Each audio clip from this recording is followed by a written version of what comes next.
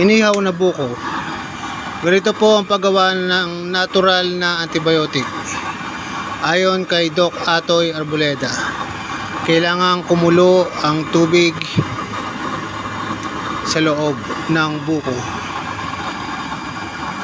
Kung kayo ay may kidney problem o problema sa bato, kung kayo mayroong UTI, mabisang lunas po ang inihaw na buko.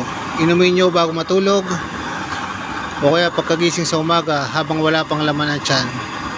Gawin nyo po ito sa loob ng 7 araw, umaga at gabi. Ayan. Sunugin nyo lang ang balat para kumulo ang tubig sa loob. Ganito po ang kalandilangis.